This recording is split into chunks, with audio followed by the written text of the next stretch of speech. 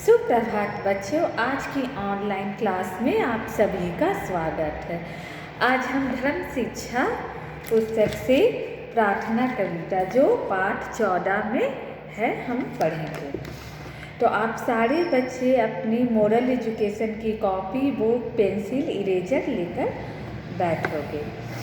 प्रार्थना कविता में बच्चों द्वारा ईश्वर से, भगवान से प्रार्थना की गई है और वे क्या क्या प्रार्थना कर रहे ईश्वर से, हम इसी पर चर्चा करेंगे। हम बालकों की ओर भी भगवान तेरा ध्यान हो दूर सारी मूर्खता, कल्याणकारी ज्ञान हो। बच्चे भगवान से प्रार्थना कर रहे हैं, उनकी स्तुति कर रही हैं, उनसे निवेदन कर रहे हैं कि हे भगवान, आपका ध्यान हम बालकों की ओर भी लगा रहे। इससे क्या क्या फायदे होंगे? इससे हमारी सारी मूर्खता, जो हम बेवकूफ़ियाँ करते हैं, गलतियाँ करते हैं, मूर्खता पुण्य कार्य करते हैं, वे सब दूर हो, कल्याणकारी ज्ञान हो। और हमारा ज्ञान जैसे कि हम अच्छाई की ओर जाए, हम अच्छा सोचें, हम अपने ज्ञान से यानी हम अपने नॉलेज का दुरुपयोग, उसका गलत प्रयोग नहीं करें। तो बच्चे क्या क्या भगवान से कह रहे हैं कि हमारी ओर आप अपना ध्यान कीजिए, आप हमारे मूर्खता को, गलतियों को, सबको दूर कीजिए। और सबसे अहम बात उन्होंने क्या कहा है कि हमारा ज्ञान यानी हमारे पास जो कुछ भी है, जो भी विद्या है, वो अच्छाई की ओर लगे, कल्याणकारी यानी अच्छे कर्म के लिए उसका प्रयोग हम करें। हम ब्रह्मचारी, वीर, व्रतधारी, सदाचारी बने। हमको हमारे देश भारत पर सदा अभिमान हो। हम ब्रह्मचारी का मतलब ये नहीं होता है कि कोई कि एकदम ब्राह्मण बन जाए। ब्रह्मचारी का मतलब होता है कि हम जो भी सोचे, जो कार्य हम करने के लिए दृढ़ निश्चय है वो पूरा करें, उसे करने में आलस ना करें। वीर यानी साहसी, व्रतधारी का मतलब यानी वीरों जैसे गुण को धारण करने वाले हों। सदाचारी का मतलब होता है सत आचरण यानी अच्छा व्यवहार। सदाचारी का मतलब अच्छा व्यवहार बने यानी सदाचारी बने यानी अच्छे आचरण करने वाले हम बने। हमको हमारे देश भारत पर सदा अभिमान। सदा का मतलब हमेशा, हरदम। अभिमान का मतलब घमंड। तो बच्चे क्या चाहते हैं कि हमको हमेशा अपने देश भारत पर अभिमान होकर बड़े कुछ कर दिखाने के लिए तैयार हो।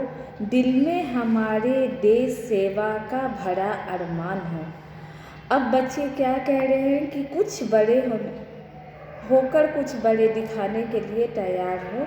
बच्चे कह रहे हैं कि हम कुछ बड़े हो जाएं तो हम हमेशा अपने दिल में देश सेवा का अरमान यानी सपना, अरमान का मतलब चाह, इच्छा, हमारे अंदर बड़े होने पर भी अपने देश की सेवा की इच्छा बनी रहे। ऐसी हमारी बुद्धि हो, ऐसा ईश्वर हमें शक्ति दो कि हम ऐसा कर सकें।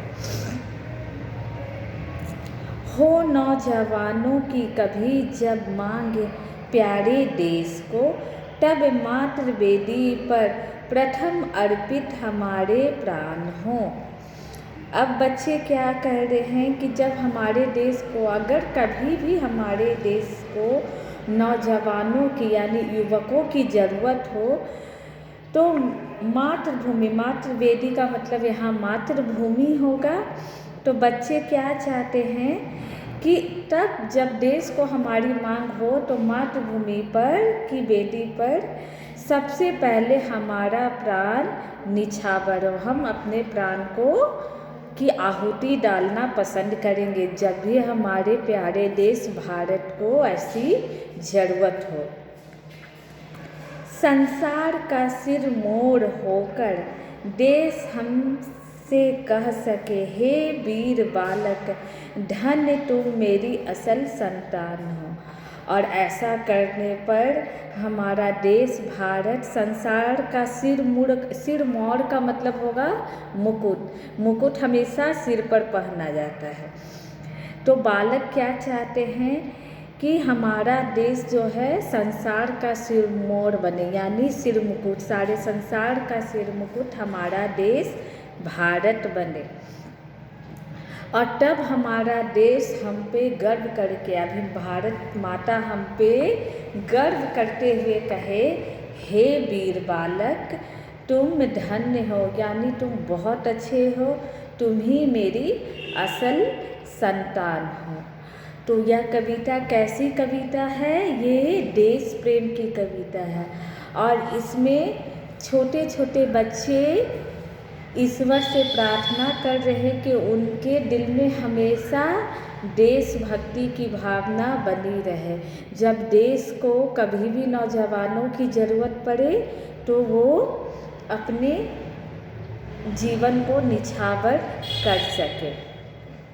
आइए अब हम इस पाठ में आए प्रश्नों पर चर्चा करेंगे। हमारा पहला प्रश्न है, इस प्रार्थना में, प्रार्थना का मतलब होता है ईश्वर की स्तुति, ईश्वर का गान, ईश्वर की आराधना, प्रार्थना, ये सब समानार्थी शब्द हैं।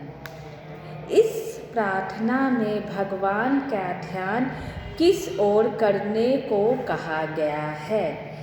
इस प्रार्थना में भगवान का ध्यान बालकों की ओर करने को कहा गया है। हमारा ज्ञान कल्याणकारी हो, इसका क्या अभिप्राय है? क्या ज्ञान अनिष्टकारी भी हो सकता है?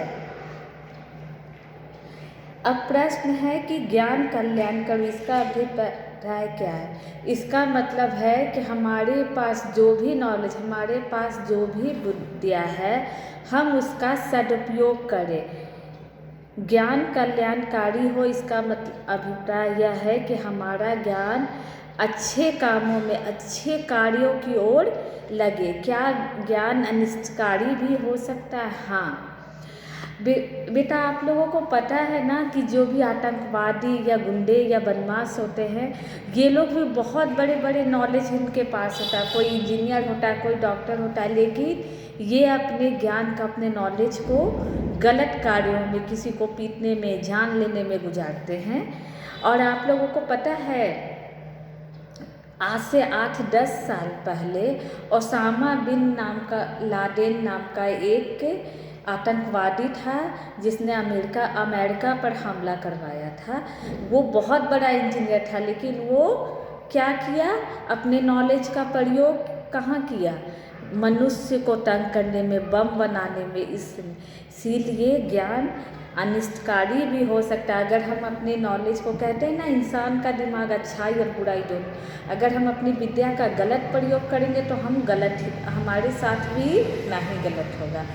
तो हम इसका आंसर ये लिखेंगे, क्या ज्ञान अनिष्टकारी भी हो सकता है? तो इसका मतलब है हाँ, अगर हम ज्ञान का सही प्रयोग ना करके उसको गलत लोगों के कल्याण करने के जगह पर उन्हें तंग करने के लिए, परेशान करने के लिए, उनकी जान लेने के लिए करें तो ज्ञान अनिष्टकारी है।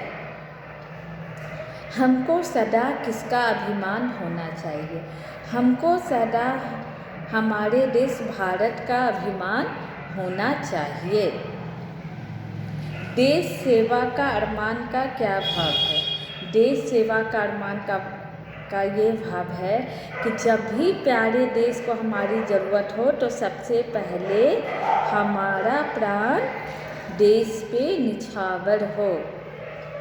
देश के लिए नौजवानों की मांग होने पर बालकों की परमात्मा से क्या प्रार्थना है?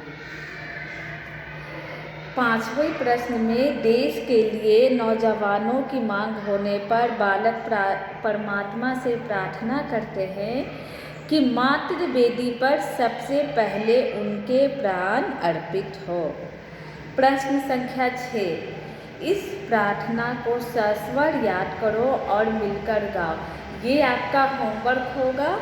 आप इस गीत को, इस प्रार्थना गीत को अच्छे से याद करोगे।